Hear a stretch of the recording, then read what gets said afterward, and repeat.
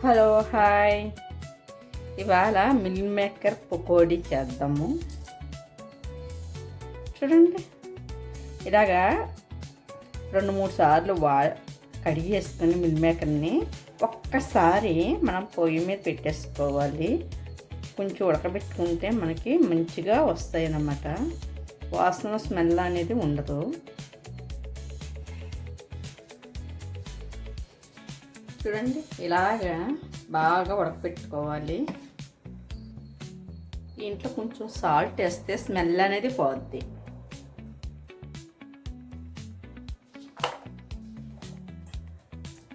చూడండి, ఇలా పొంగొచ్చాయి కదా, బాగా ఇలాగైపోవాలి. దించేసుకుని మనం వడపెట్టేసుకోవచ్చు చక్కగా.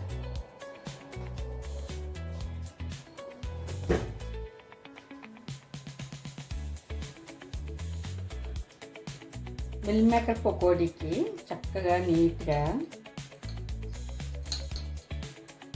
చూడండి, మసాలా పొడి 1 స్పూన్లు, కార్న్ఫ్లోర్ 2 స్పూన్లు, మనకి చూడండి వరిపిండి 1 స్పూన్, చూడండి అల్లం వెల్లుల్లి పేస్ట్ 1 స్పూన్, మనం సాల్ట్ తగినంత,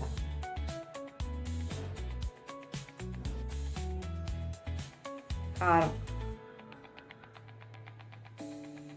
చూడండి, ఇవన్నీ కలిపేసుకొని చక్కగా నీట్గా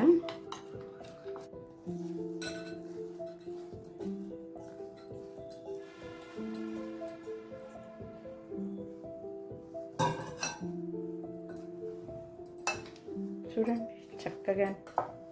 మనం వాటర్ ఎక్కువ వేస్తే మళ్ళీ జారు అయిపోయి బాగోవండి. అందుకును మనం దీంట్లో వాటర్ ఉంటుంది కదా, కరెక్ట్గా సరిపోద్ది. ఈ కోటింగు కరెక్ట్గా ఈ వాటర్కి దీనికి కరెక్ట్గా సరిపోద్ది. కానీ మనం పొడిలాగే మాత్రం కలుపుకోవాలి.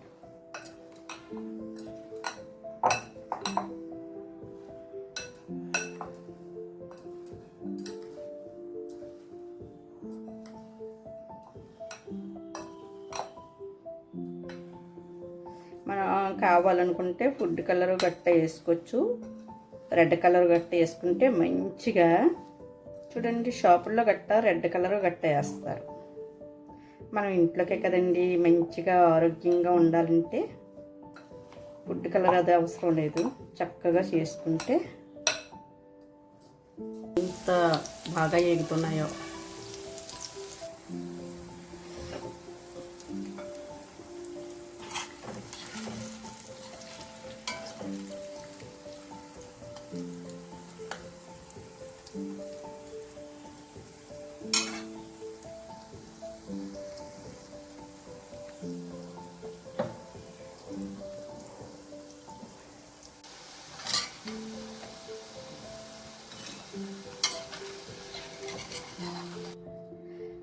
చాలా చాలా బాగున్నాయండి ఇవి. బాగా ఎగాయి చూడండి, చక్కగా ఎంత బాగా ఎగాయో.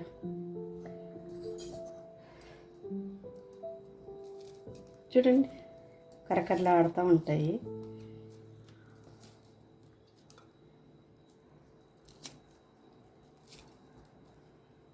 చాలా బాగుంటాయండి.